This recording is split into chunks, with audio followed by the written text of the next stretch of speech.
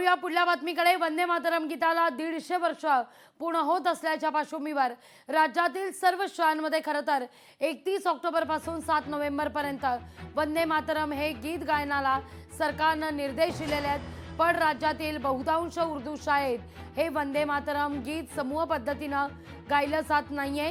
तिथं मालेगावमध्ये तर नामांकित झुंबरलाल पन्नालाल काकणी प्राथमिक शाळेच्या शिक्षकांनी असा कोणताच आदेश आम्हाला प्राप्त झाला नसल्याचं देखील म्हटलेलं आहे। यावरून आता तहसीलदार शिक्षण विभागाकडून काय कारवाई होणार हा सवाल उपस्थित केला जातोय। आढावा घेतला आपले प्रतिनिधी विशाल मोरे यांनी। जो मालेगावच्या ज्या शाळा आहेत त्यांचा रियालिटी चेक केला असता मालेगावच्या बहुतेक शाळांमध्ये ह्या वंदे मातरम शाळेचे जे गीत आहे याचा सराव सुरू आहे आणि 7 तारखेला याचा मोठा कार्यक्रम सुद्धा राज्याच्या प्रत्येक ठिकाणी प्रत्येक शाळेमध्ये सुद्धा होणार आहे।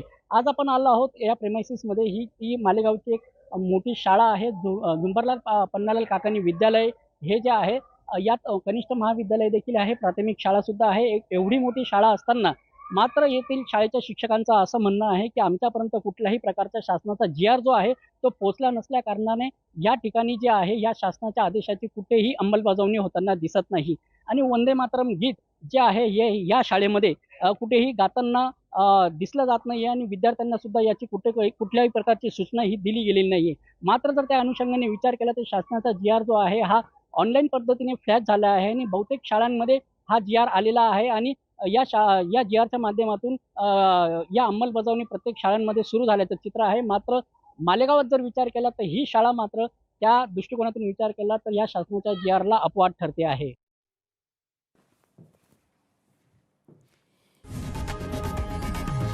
लोकशाही मराठी ऐका, पहा, जागरूक रहा।